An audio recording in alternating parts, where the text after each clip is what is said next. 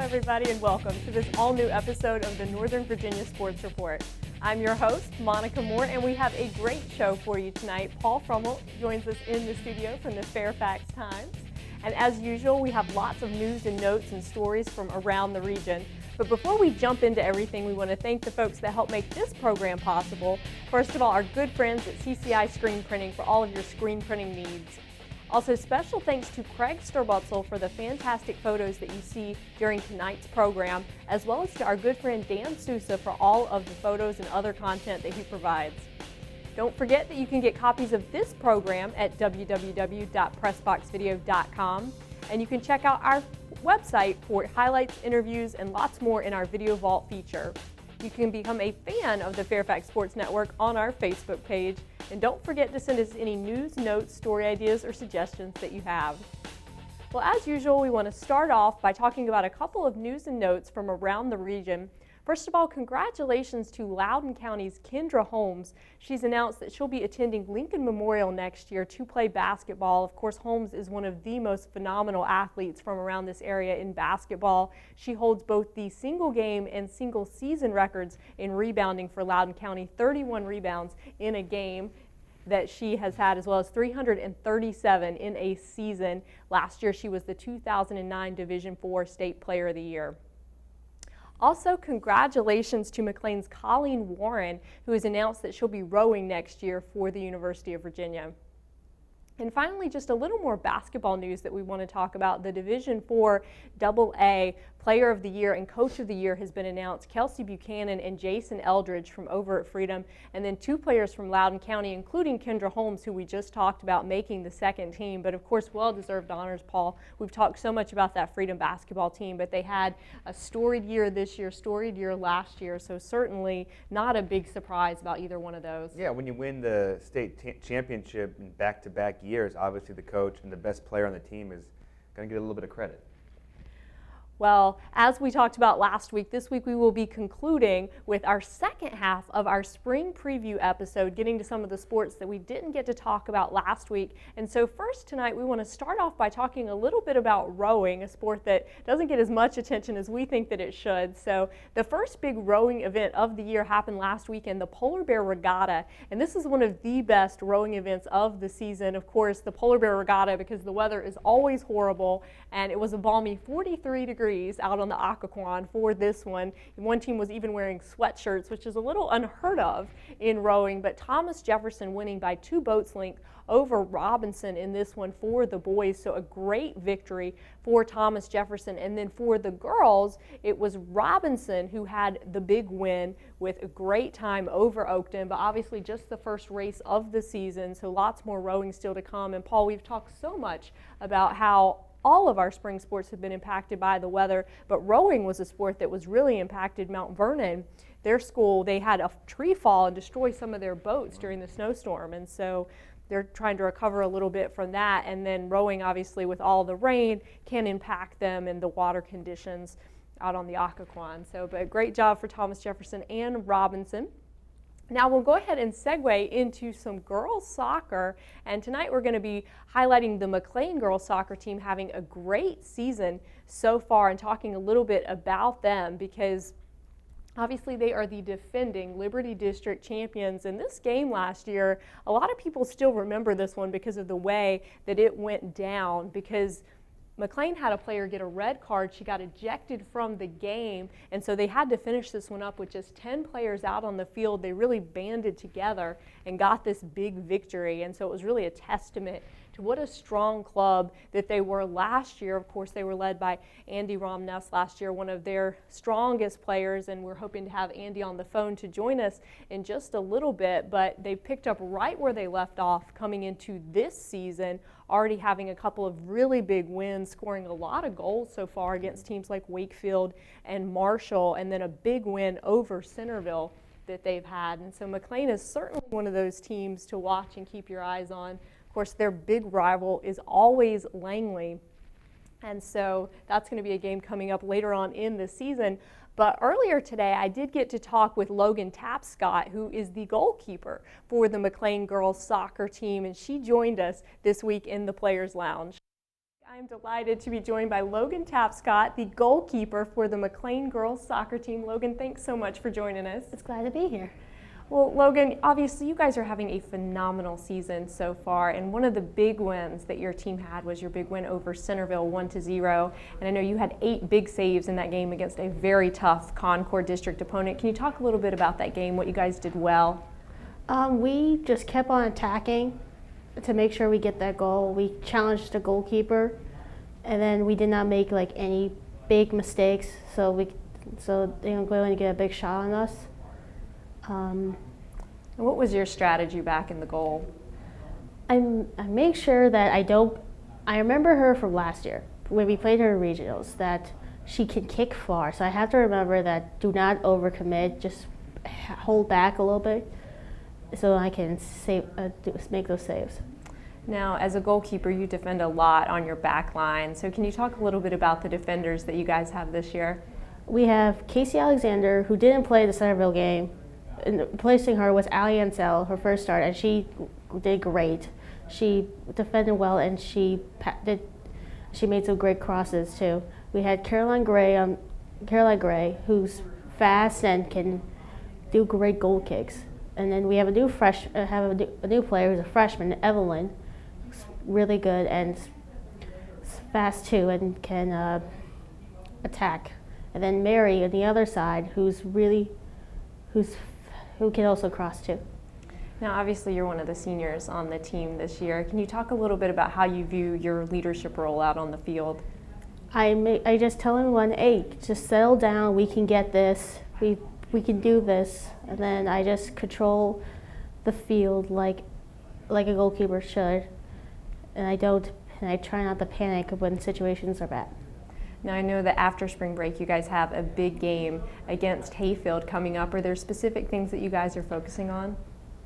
I guess we just need to focus on attack. Just keep on finishing. That's all. If it's a ricochet, just make sure you do a rebound shot, and then crosses and get the headers in. Now, were there particular things that you worked on during the off season to help you get ready for this year? I first worked on my punts because I do not want a big turnover from a very bad punt. Then the angles. I focus on the angles so I can get to the ball quickly, and remember not to overcommit on shots. Now, last season you got to play with Alexis Longwell, another goalkeeper for McLean. Can you talk a little bit about how your style is similar to hers and how your style is a little different? I guess Alexis was more aggressive, while I'm more defensive because it's my first starting year. And then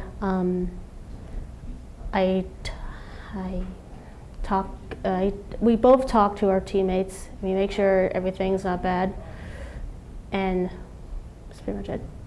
Now, I know that you have been playing in the goal since you were in 4th grade. So what advice would you give to younger goalkeepers who are just starting out? Just keep practicing. Do not give up. Work on everything. Keep on strengthening your hands. All right. Well, Logan, thanks so much for joining us. You're welcome. I'm glad to be here. All right, so McLean having a great season in the Liberty District. Now we're going to segue into the Patriot District, and we're joined by Coach Adam Seuss from the Lake Braddock girls soccer team. Coach, can you hear us? Yes, ma'am, I can. All right, well, Coach, your team, obviously, you've had fantastic seasons in the past, and people are very excited about your team coming into this season. Now, before spring break, you guys had a big win over Washington Lee. Can you talk a little bit about what you think your team did well in that game and what things you're looking to improve upon? I think that as far as the Washington Lee game was concerned, we were pretty efficient when we got into the attacking third of the field. We took advantage of most of the opportunities that we had, and we played well, I would say, for about 70 of those 80 minutes. In the last 10 minutes, I think we got a little bit complacent. I think we were a little bit too casual, and we ended up giving up 2 goals in the last 10 minutes and nearly cost ourselves. So hopefully you take a lesson from that and apply it to games going forward. Coach, Rachel Nichols, she's bound for Cornell, extremely impressive offensive player. What are some of the qualities that make her so good on the offensive end? I think that the fact that she's really versatile, she can take players on in 1v1 situations. She can play in combination off of other players. When she gets opportunities to finish herself, she's very comfortable doing that, and she's very comfortable setting other people up as well. So she really does bring a variety of weapons when we get into that attacking third of the field. Now, Coach, your other game so far this season was a 1-goal loss to Edison. Can you talk a little bit about that game and what the things were that you guys took away from that? I think that was precisely the opposite of the Washington Lee game. I think that we created a lot of good chances to score in the Edison game. We just didn't finish a thing, and ultimately we ended up paying for it because Edison, they might not have created quite as many chances as us, but they created some quality chances, and they went ahead and buried one. And anytime you do that, you deserve to win. Coach, when the spring break is over, you have West Springfield, a district game in this Patriot District. How do you see the Patriot District this year? A lot of talk about the Concord, but how do you see the Patriot this year? Well, to be honest, with Hayfield moving over to the National and Woodson moving in, the Patriot District, as far as soccer is concerned, has really become a murderer's row, so to speak, because there are no walkovers in the Patriot District, and I think that it's going to be extremely tight in battling for that first and second spot, but I think it's really going to be tight battling for spots, 3 through 7, to be honest with you. I don't think that there's any team, if I had to think about it on paper, I would say South County might look like the best team talent-wise, but Woodson is terribly talented as well. It's really up in the air, and it's going to be a highly competitive district, and I think it's one that you're going to see a very high level of competition, not just in district play, but when it gets to the tournament as well. So what are some of the things that you're focusing on now as you start district play? I think I would have liked to have had a few more non-district games prior to getting into district play, to be honest with you, because like I said, our district is so competitive that you can't afford any off nights. I think that we need to really focus on making sure that we're organized, in all 3 phases of the game, all 3/3 of the field, making sure that everybody understands their roles and responsibilities, and everybody starts to get a feel for what the players immediately around them are going to be doing. So hopefully it makes us, as efficient as we possibly can be, because there's not going to be much margin for error in the Patriot this year. We've talked a little bit about Rachel, but another player for you guys that gets a lot of attention is Sharon Wojcik. Can you talk a little bit about her and what makes her such a great player?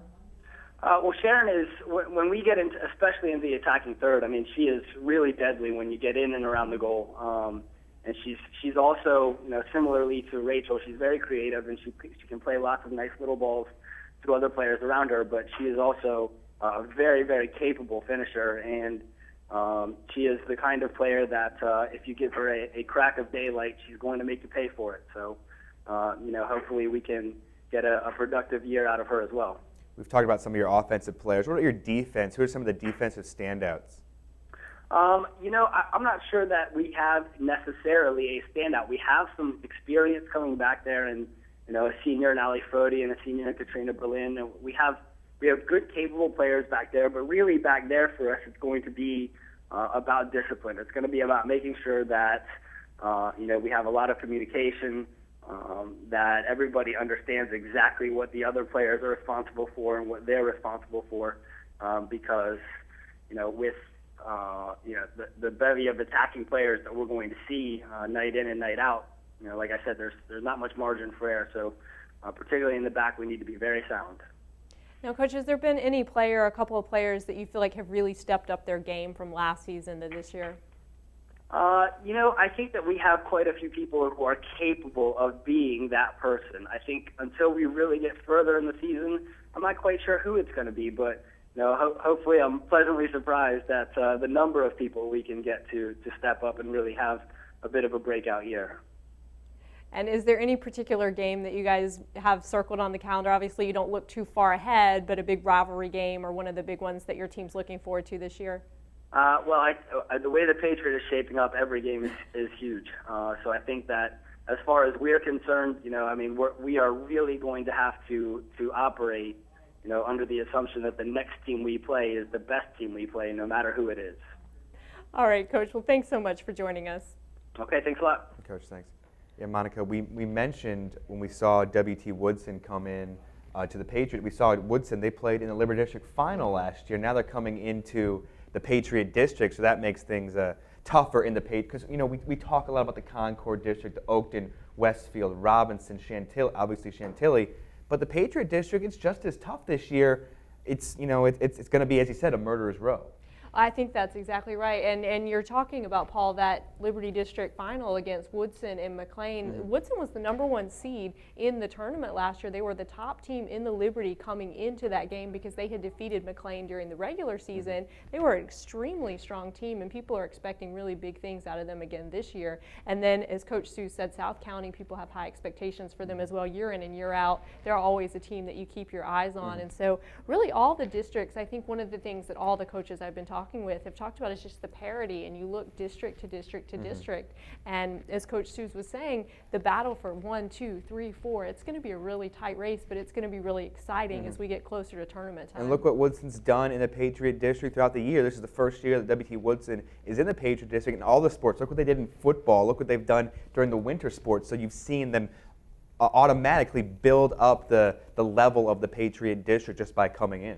Well, and then Hayfield, of course, going to the national district and having a lot of success in the national district. And so I talked with Logan Tapscott about her upcoming game with Hayfield. Obviously, that's not a rivalry, McLean and Hayfield, but some of these national district teams really forming a rivalry with Hayfield now that they're in their district. And so that's going to be an exciting matchup, and to see who really rises to the top of the national district. Obviously, Edison getting that big win over Lake Braddock is a big marker for them early on in the season. Yeah, the national district not really known for their spring sports. You see Yorktown coming on strong in a bunch of sports. So I think we've talked about this many times throughout this year, but I think they really did a good job with this redistricting. Now we're in the third season with the redistricting, where Woodson's automatically coming up and bringing the Patriot District up. You have Fairfax into the Liberty District. You saw what they did in football last fall, and you have Hayfield going over to the National District. All right, well, now let's segue into boys soccer, and we're delighted to be joined by Coach Bo Amato from the Langley Boys Soccer Program. Coach, can you hear us? Yes, I can. Thank you very much. Well, Coach, thanks for joining us. You guys are having a phenomenal season so far. What are some of the things that you think have contributed to your early success? Frankly, we've got quite a few players returning, so they kind of know the system, and they're all a little bit bigger, faster and stronger, and technically better because they've been playing with their club teams over the last year. So that obviously helps. So that's truly the main reason, I honestly believe. And Coach, when last year ended, everybody talked about how many people you would have coming back, and now that the season has started. Did you guys set any goals for this year? I think, we do, but if I were to say them, it sounds a bit arrogant, but obviously, you want to win everything, or at least, we haven't done very well the last 2 years. We've got into the first round of district and haven't done well, so realistically, we'd like to do better than that, but I think every team, and we're not the only team, but I think everybody has goals to win states, or at least get in that Final Four and have an opportunity to win a semi-final and go all the way. So that's the attitude of most of the boys on the team. We'll see how we do. Obviously, one player that people are talking a lot about for you guys is Roshan Patel. I know he's one of your leaders. Can you talk a little bit about what he brings to the team, not just on the field, but also the leadership that he adds? Well, he's definitely matured as a young man. I mean, we in practice recently, we do a lot of mini games with teams off and trying to create a bit of desire. If they're off not playing, then hopefully you'd like to think next time they get on with the opportunity to play, they'll work harder so their little team doesn't lose. And when Roshan's team is not on the field, he's on the side doing sprints and sit-ups and crunches and push-ups just to make himself stronger. And that's a good eye-opener for some of the other players, because you see in practice when a lot of younger players get time to have a rest, they actually do rest. But if you want to be good at the game, or frankly good at any other sport that you participate in, the more you practice and the more work you do with your body physically, the better you'll be. And he's a great leader in that regard. And he's a typical leader. He picks up balls, picks up cones. He doesn't look at juniors and freshmen as lesser people than him. He leads by example, and that's a great attribute to his character. Coach, another player on offense is Dylan Price. He's come on strong this year. Can you talk a little about him? Well, he's a great kid as well. He was our MVP at the school last year. Great character as well, which probably carries him. He's got great ability, and we've been playing him out wide this year, left and right. He can play in centre midfield, and for his club team, he's played up front. He's got an eye for goal, and he's come out flying at the moment with 4 goals and created, I think, 2 for other players, and strong in the tackle and desire to get box to box. So, but just an all-around good kid, and got a great eye for goal. So you can't fool Dylan, and we're very lucky. I'm very lucky to have a player of his caliber on the team. Now, I know after spring break you have Madison coming up. Are there particular things that you guys are working on to prepare for them? Obviously, that's a big Liberty District matchup. To be honest with you, no. We try to play. I think the most important thing that our team needs to do is play the way we want to play, and if we see problems on the field there and then we'll adapt to it. But obviously, I don't really believe there's anybody out there to go and scout and look at, because we're all high school teams. Everybody has good players, but I think we've all got good players to match up against everybody else's players. But if we can concentrate on playing the way we need to play, and if that doesn't do the job, then we've got problems. But I think that's the main objective, to be honest with you. This year in the Liberty District, Coach, you have Fairfax coming in, W.T. Woods, and moving over to the Patriot. How do you see the Liberty District so far this year? Well, you've always got to watch out for TJ, because Sean Burke definitely knows what he's doing down there, and he's a great guy, and he gets the kids to play for him no matter who he has. So Sean's done a great job at TJ. Obviously, they won states, I think, 2 or 3 years ago. So, and then Randy over at Stonebridge always puts a good product on the field, and they find ways to win, and his kids play for him.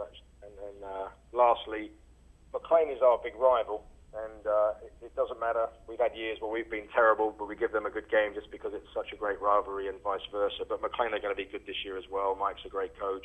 He's got some great players over there. I think Michael Russo plays at DC Academy, and he can ping a ball around from the middle of the park, which is obviously very useful. So, those are our probably main games. And I'm probably sure that I left somebody off the list now that's going to be upset, and they'll come out and take 3 points off of us. So I'm going to die by what I just said right there.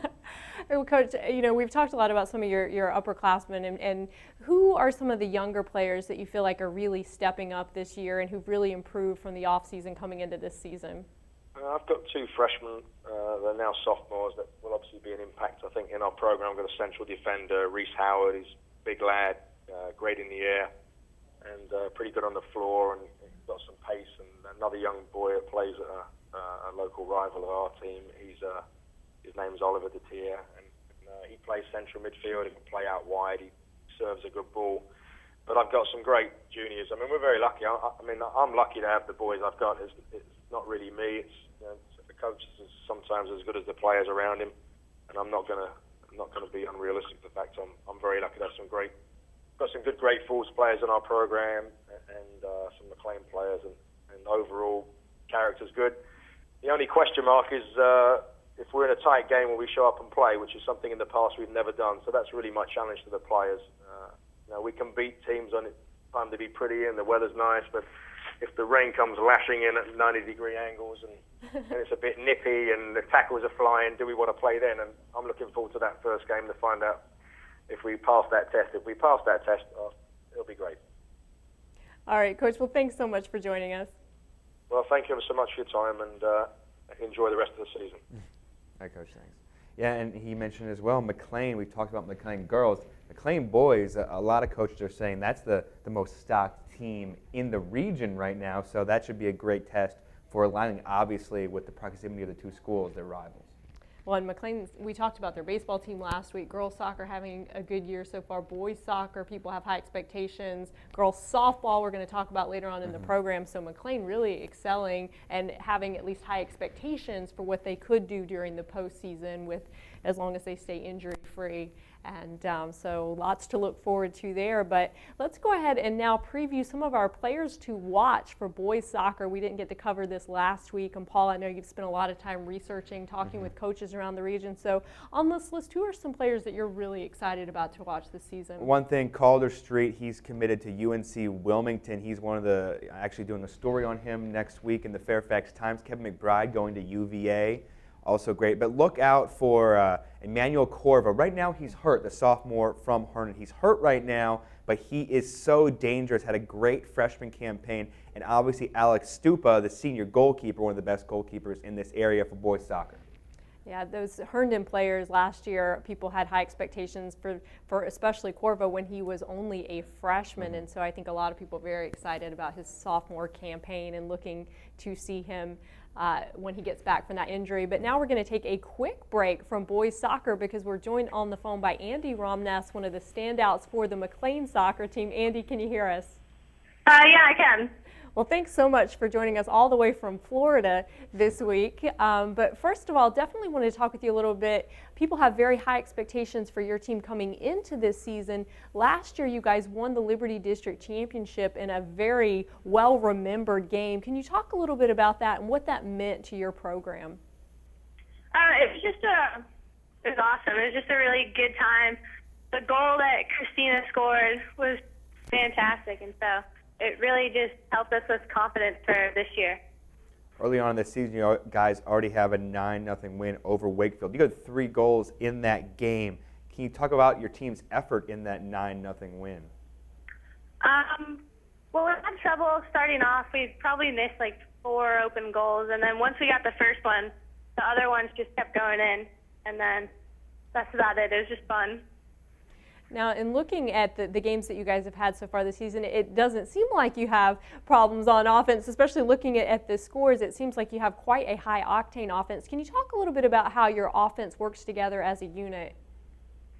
Well, in practice, we do a lot of combination play when we're trying to get the forwards and midfields involved. And so I guess we just try and take that into the game.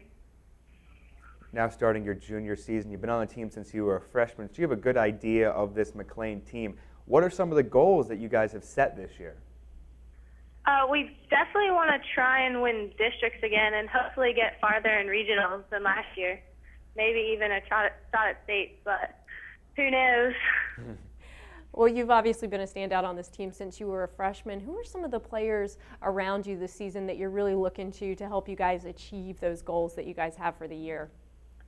Definitely Christina Bettner, who is our wide wing.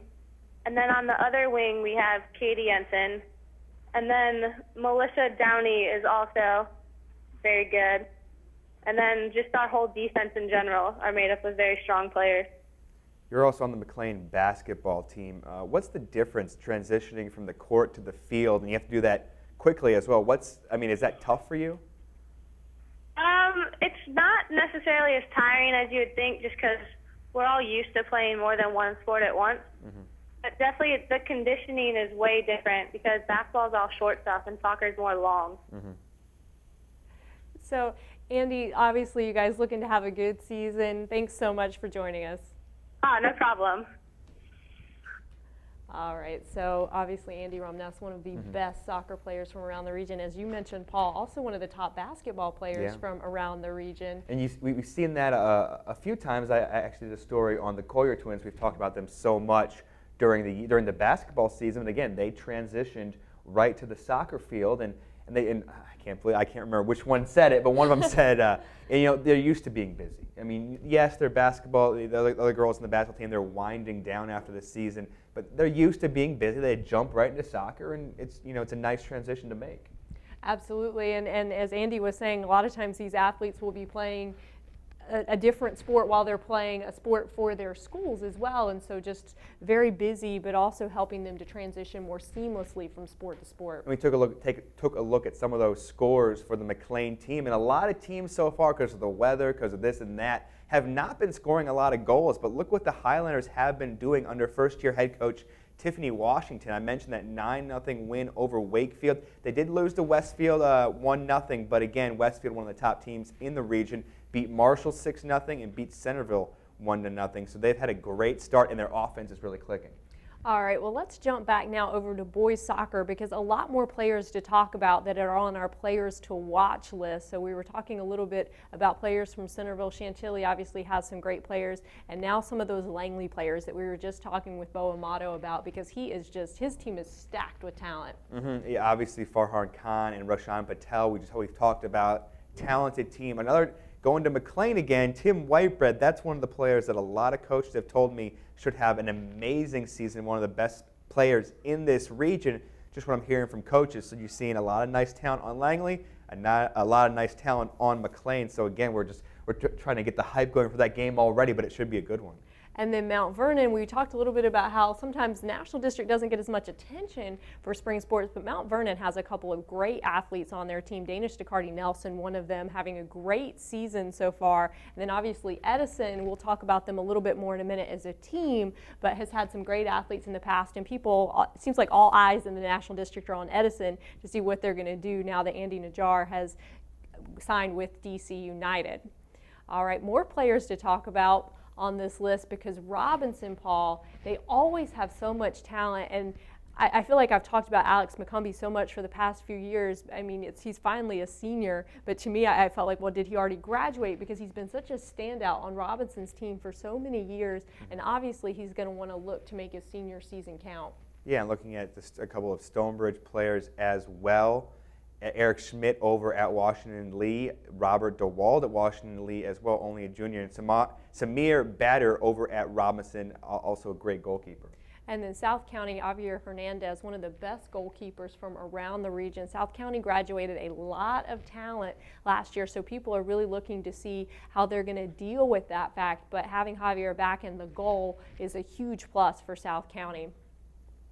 And then finally, let's talk a little bit about Westfield's players, because Westfield's another team. Tom Torres always has a great team, and people definitely are looking to see what they're going to do. Yeah, but Tom Torres and the Westfield Bulldogs lost a lot on offense to graduation. They graduated 54 goals between 4 different players on this year's from last year's squad.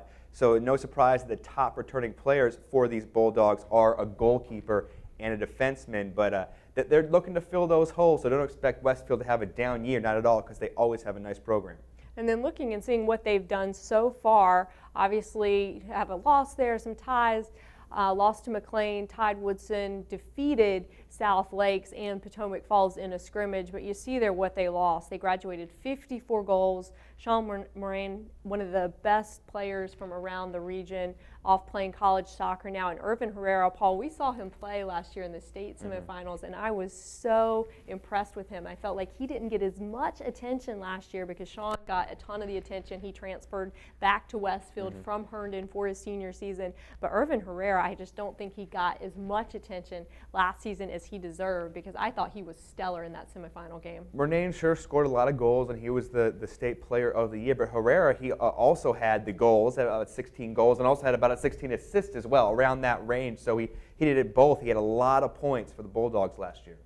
And obviously the Concord District is tough every year, and that Robinson-Westfield rivalry that's developed a little bit in boys soccer has been a fun one to watch. But as you mentioned, Centerville has a lot of talent, Chantilly has a lot of talent, so it's going to be interesting to see how the Concord District shakes out. And another Concord District team that we want to focus on just a little bit is Herndon, because they have so much talent on that team. They did only graduate 3 seniors, so they have a bit of depth of experienced players, and they're under a first-year head coach, and so people are interested to see how Herndon's going to fare in this tough Concord District. Yeah, they were 6-6-1 last year, but you mentioned it, only graduating 3 seniors.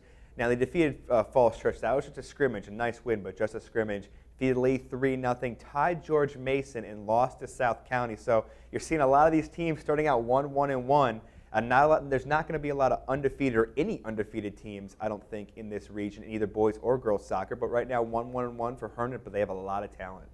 And then another team we want to talk about, as I alluded to, Edison, because Edison had a great season last year. Obviously, Andy Najjar, great player for them, all met, 22 goals, has just signed with DC United, will be number 14 for DC United. But you see their record from last year, 10-2-1.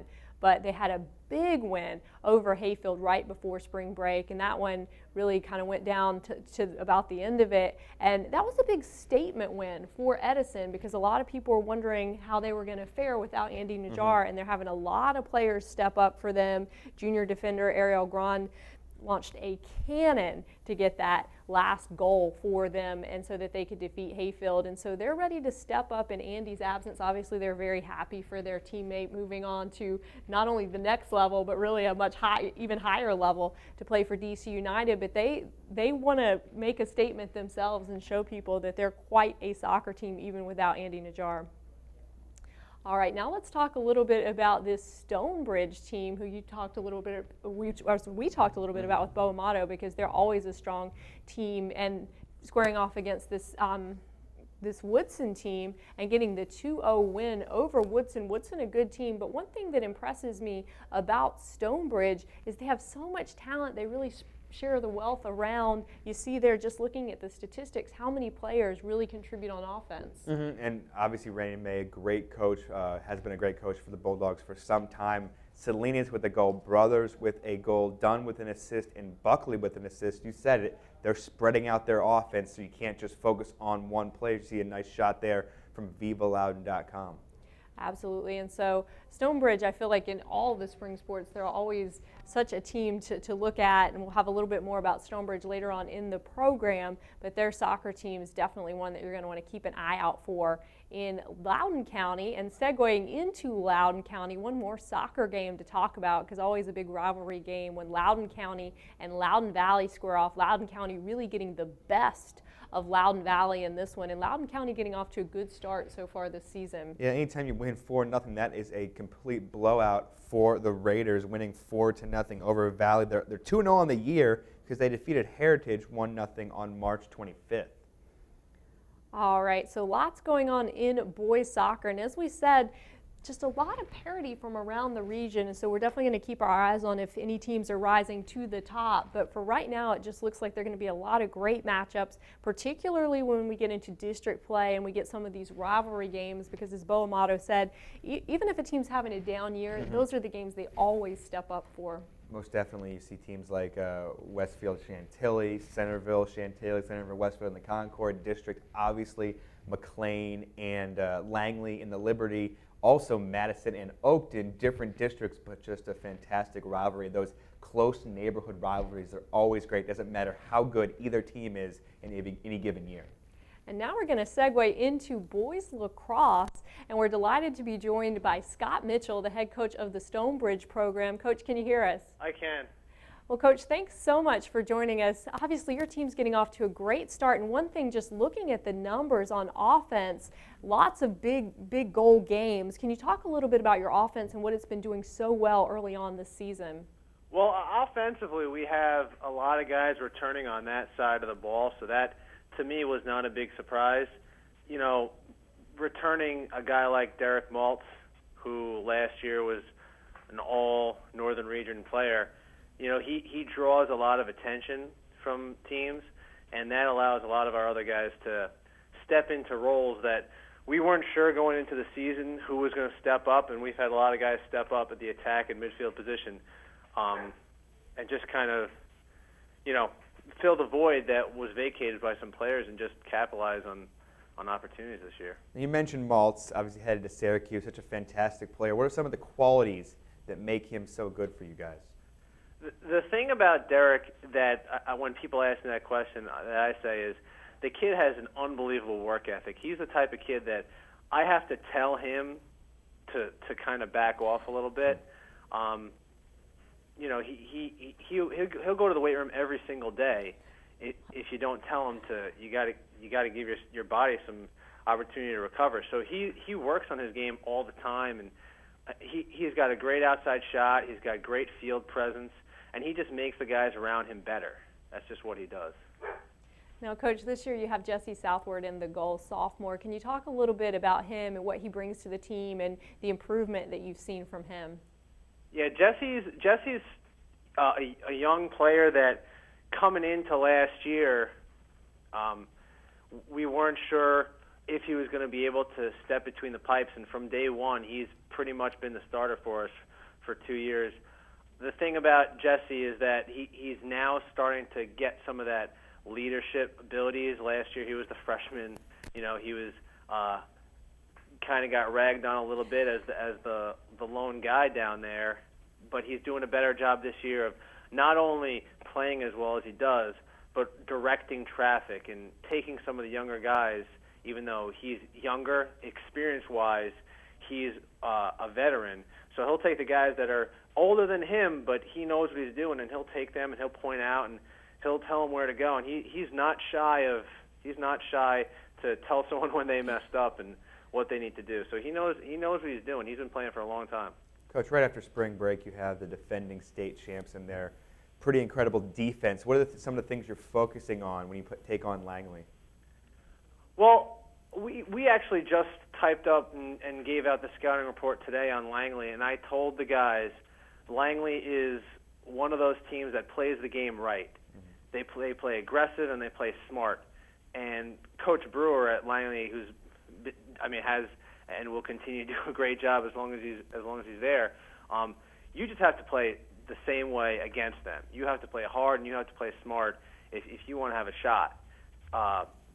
We're looking forward to doing what we do best to try to take down Langley. We've got a chance to. We saw them earlier in the year. They're playing this tournament right now. So we're not really concentrated too much on Langley. That's not how we focus ourselves. We like to think of concentrating just on what we can do. And as you point out, offensively, we're doing all right, and we'd like to continue that rolling. And defensively, we got some things to work on, but we're working on it. We want to focus on us, and that's our mindset going into it, is be the best that we can be and not necessarily worry about what Langley's going to do, because they're going to play their game. We just got to play our game. Coach, in talking a little bit about that upcoming game with Langley, obviously the Liberty District is going to be a very tough one to play in this year, and it's going to be a little different with Fairfax moving in, Woodson going out. Can you talk a little bit about your expectations for the Liberty District this year? In terms of the teams that are going to be at the top, it's still Langley as the cream of the crop, and Madison is right there with them. They played Langley to, I think the score was 9-6 earlier in the season. So they're still 1-2. Now we're looking to crack that. We consider ourselves in the middle, and we're trying to make sure that we can step up and kind of fill the void that either Woodson left when they moved out of the district, or even surpass Madison or Langley given the opportunity. So it is a tough district, and you can never count out teams like Fairfax and TJ. They're always there. And South Lakes, who we played earlier this year, they have some players, so I wouldn't be surprised if they made some noise if we saw them later on. And, of course, Marshall and McLean, who are, still a threat. Any team's a threat on any given day. And the Liberty District is one of those tough districts that, you got to bring it every game. Coach, a quick off-the-field topic. Your team and the girls lacrosse team participated in the Brambleton Ribbon Run for breast cancer. Can you just talk a little about that event? Yeah, that was great. Coach Howard, the girls coach at Stonebridge, she came to me asking if we would be willing to do it. And I did, when I was up at school at SUNY Binghamton, Coach Stevenson, he had us do the same type of breast cancer thing. So it just felt right to do it here also, and Coach Howard kind of challenged us to make sure that we get everyone to go. And the kids were so excited to do it. It was a great event. We got there. One of our guys actually came in first place in the under 18. Brendan Graves actually came in first place for the under 18 division. But it wasn't really about the run as much as it was to just go out and support the great cause. And it was a fun day. The kids had a blast. So hopefully it's the start of a tradition. It was the right thing to do. Coach, one more on the field related topic, but definitely wanted to bring this up because this is something that on this program we've been talking about for the past 2 years, these budget cuts that are constantly being discussed. And I know one thing that could be impacted obviously is the sport of lacrosse. So could you talk a little bit about that issue and the importance of having all these developmental programs, JV lacrosse and things like that? Yeah, it's a tough thing to sit there and listen to. I'm a teacher also in Loudoun County. So I hear these things, and it's tough, to see everything directly impacted. Lacrosse is one of those sports where you can use athletes, and athletes have their place. But if you don't have someone who has the stick skills, there's not a whole lot you can do. And you look at the top teams, over the past 20 years, it's all the same programs like Langley's and Oaktons and Robinsons and now Madison, because they have these feeder programs, these youth programs coming up through. And you take away a JV team, or you take away a youth team, or you tell some kid that they have to pay $100 or $300 to play, that kind of pulls out the legs from underneath you. And if you don't have a strong foundation, obviously you're not going to take any program to any significant heights. So it's a difficult position, but I understand the budget cut things. If I'd encourage anyone who's not happy about it, as I'm not happy about it, you got to make your voice heard, and you got to go out there and let people know and show up to the meetings and such to hopefully change things. All right, well, we're definitely going to continue to follow that story throughout the season. But Coach, thanks so much for joining us. We look forward to following Stonebridge this year. Thank you. Thanks for having me. Coach, thanks. All right, so obviously the budget cuts. An issue for lacrosse as well, and Coach Mitchell brings up a great point that lacrosse is one of those sports where you have to have those stick skills, and I think we're talking about a couple weeks ago, Paul, about how it's hard to develop that if you come to that later on in your education. Yeah, lacrosse is taking a bit of a foothold here in this Northern Virginia area. When I was growing up, it wasn't much of a sport you worried about. It was baseball in the spring or spring soccer, but now things have changed. You see a bunch of kids playing lacrosse at an early age, and it's a very skill-intensive sport. You need to learn how to play it at a young age. You can, but it's tough. Just start as a freshman, start as a sophomore to play lacrosse. So we mentioned that last week about these feeder programs bringing the kids up, and if with budget cuts and these kids going straight to varsity, that doesn't work out. All right, so as I said, we'll continue to keep an eye on what develops with that. But let's segue now into softball, because softball is a sport where there's so many great teams from around the region, and certainly a lot of teams this year that we have some high expectations for. So we want to take you through some of the scores and highlight some of the teams. And the first one we have to talk about is McLean, because they're definitely a team that people really are paying a lot of attention to. And when you see what they've done so far this season, you can certainly understand why. Yeah, at 3 scrimmages you see them tying South County, and that is a key to defending region champs, tying South County right there. And then their offense just exploded against Marshall and Jefferson. Marshall was a 5-inning game, and they beat Thomas Jefferson 15-1. So McLean off to a great start. Well, and you point out the very salient game up there, South County. McLean's hoping to be able to play on that level, so that was a really, really definitive game for McLean, and certainly one of the big reasons why everybody's taking notice of them. But let's move on now and talk about some of the other teams. First of all, we definitely want to talk about Stonebridge versus Broad Run, because this one went down to the wire. Danny Cook was the hero for the Spartans, but the story of this one, such great pitching for both of these two teams, both Broad Run and Stonebridge. Broad Run has a phenomenal pitcher in Anna Blessing. They just played in a tournament this past weekend, and she was the tournament MVP, and Danny Cook also was named to that all-tournament team. And so people really, really excited about both Broad Run and Stonebridge, and particularly the pitching, because that seems to be a staple of these really good programs around here that just have the phenomenal pitching crews. Yeah, and we talk about regional rivalries, and some regional rivalries, they transcend districts, they transcend a lot of stuff. This one transcends regions and classifications, as Broad Run's in the AA Dulles and Stonebridge in the AAA Liberty District, but still, they still have that rivalry. And obviously, Broad Run, such a great history of pitching, a great history for softball, and Stonebridge right up there, great team. So it's a game that we expected it to be that good, and it was. Now let's talk a little bit about South County, because as you said, Paul, they are the defending region champs, and they have a great pitcher back themselves in Chelsea Dunham. And you see there they defeated West Potomac 1-0 in 8 innings, and certainly South County looking to repeat this season. Yeah, in South County they have Dunham, and she has 15 strikeouts, you said, against West Potomac. Their offense is going to take some time to develop. They lost a lot to graduation from last year, so their offense is going to take some time.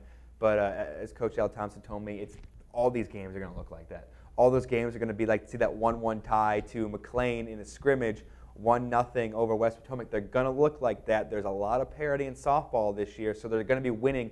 They're not going to be winning pretty, but they'll definitely be winning.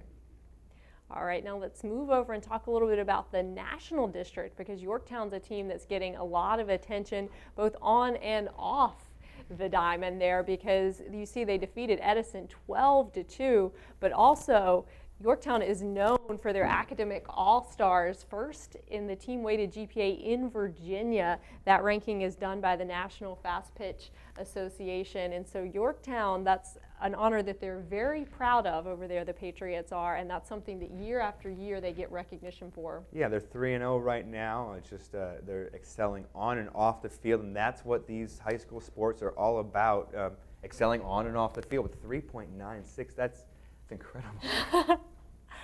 All right, well, now let's talk a little bit about some girls lacrosse, because obviously we were just joined by Scott Mitchell talking a little bit about his Stonebridge boys team, and they're trying to knock on that door a little bit in the Liberty District, which has so much talent this year. That Langley-Madison rivalry is such a fun one to watch, and they've already squared off this year, and that one was one for the ages, and they will all continue to be, because these two teams are so phenomenal. And Stonebridge, a very good team as well. In some districts, in some areas, Stonebridge would be the top team in their district. They have that much talent. But in the Liberty District, when you have the likes of Langley that has so much returning talent, and then Madison that has a little bit of a chip on their shoulder because they saw what Langley did last year, and they want to achieve that for themselves. Langley, it's just a fantastic program. There's a reason they won the state title last year, and they return a lot of good players. They have, I mentioned, just an absolutely incredible defense. And Madison, on the other hand, they are the best offensive team in this northern region. That's obviously why it was so fun to watch the Langley and Madison. I was at that game, watch them play an early season matchup. And Madison had the upper hand in the first half, but then Langley comes storming back, and expect those two teams to be sparring out in the region, in the district, region, and state level. But as I promised, we will talk a little bit about some girls lacrosse and talk now a little bit about the Stonebridge girls team, because last year they had a ton of offensive firepower. That's really what they're known for, and they've certainly picked up right where they left off from last season. Lauren Gusti, who every year so far, she has just been so dominant, and she's just continuing that as Stonebridge squaring off against Broad Run in lacrosse, and Stonebridge getting a big win. Yeah, wow, 23-6. And you mentioned Lauren Gusti. It seems like when I saw the list of some of the top returning players this year for softball, for girls lacrosse, I had to do a double take because I've heard that name for so long. She's been so dominant for so many years now in her senior year, looking to have a big one. In fact, long-time fans of the program are probably sick of hearing me talk about her, because every season I've really done these big profiles and talked a lot about her, because she's such a phenomenal player. And the players in the Concord District get a lot of attention, but sometimes teams in the Liberty District don't get as much. And so I've definitely always been a big fan of that Stonebridge girls lacrosse program, and obviously Scott Mitchell talking about that great event that they did with the girls lacrosse team with the Brambleton Ribbon Run, and such a great thing. And lots of teams in the area do things like that, and so it's always nice to hear about them taking a little bit of a break from the field in order to get out in the community and do some good. Yeah, most definitely. One more lacrosse game we want to talk about, and staying in the Liberty District, we'll talk about this matchup between Thomas Jefferson and McLean squaring off in girls lacrosse, and Thomas Jefferson getting the edge here over McLean. They're having a good season so far under a first-year head coach, Coach Linden, the new head coach over at Jefferson. So that was a big win. Now McLean obviously has one of the top goalkeepers in the Liberty District, Hannah Longwell, back for her senior season. She's another one of those athletes that when I saw her name, I thought that as well. And of course, Alexis Longwell was the goalkeeper for the soccer team last year. I talked about her earlier in the program when I was talking with Logan Tapscott.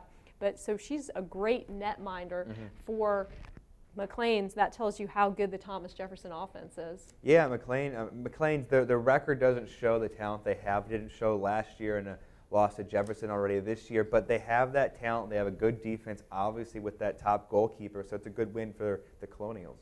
And of course, a lot of the lacrosse teams, particularly a lot of the boys lacrosse teams, are away this week for tournaments, the spring break tournaments. It was amazing when I was looking down the schedules how many teams had gone to different states for tournaments, and it's such a great opportunity for them because they get to play all of this out-of-state competition, some teams that they would never otherwise see, and they get a lot of games in. And we talked last week with some of the coaches about how important that is for them because otherwise they don't get a lot of games during the season. Yeah, there's a restriction on how many games they could have, not counting tournaments. So these are so important, these spring break tournaments, to get that experience because they play so little games in region that these out-of-region tournaments are key.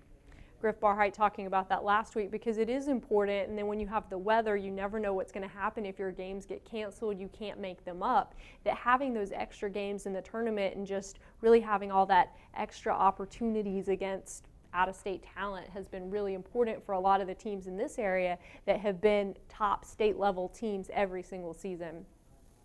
Well, Paul, let's segue now and talk about our last sport, our last spring sport of our 2-week, 2-part spring preview episode, and talk a little bit about outdoor track. Because obviously at this point of the season, we're very familiar with a lot of these athletes because a lot of them run cross country. We see them in indoor track, and now they're in outdoor track. And so obviously a team that people are really looking at right now are the Lake Braddock girls because of what they were able to do during the indoor track season. And also cross country, and also 2009 outdoor track. They started their streak in 2009, won the Northern Region title, won the region title in cross country this fall, won the indoor track title just a month ago, and now they're starting their outdoor track season. And Monica, one name we've talked about, she's a former guest on this show, was Sophie Chase. Just a sophomore, she won the 1600 and the 3200 at the indoor track and field meet, I mentioned just a month ago. Now, I talked with Coach Michael Mangan, and he's going to kind of ease her into this spring season because he doesn't want her to get burnt out. Remember, she's a freshman. She has a phenomenal GPA, and she did swimming and indoor track during the winter, so he's going to kind of ease her into the spring season. Doesn't want her to get burnt out because she's, obviously we talk about how good she is, but she's so young, and she's done so much in her first high school year.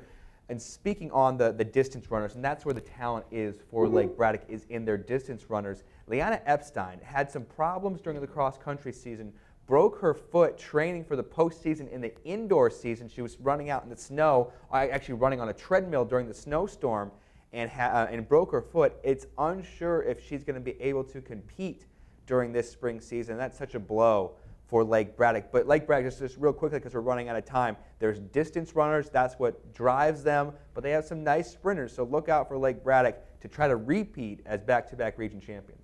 And you talk about these distance runners, Paul, and we've talked about the distance runners in the region so much, but on the boys' side where you have Chris Foley and Yazid Zuaimia, who was on the program a little while ago, so that's something that people are really excited about watching too, because that's going to be their last chance to get to watch some of those senior athletes compete. And just real quick, Monica, you talked about the girls' side. Watch out for the South Lakes boys. I think we'll talk about them more next week as I'm planning a story for the Fairfax Times, but watch out for the South Lakes boys as well.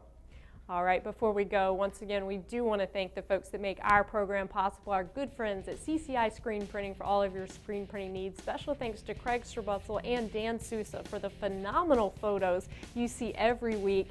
You can get copies of this program at www.pressboxvideo.com, and you can check out our website for highlights and more. Check out our Facebook page and send us any story ideas that you have. Well, we are off next week. We'll be back in 2 weeks, but thanks so much for joining us here at the Northern Virginia Sports Report.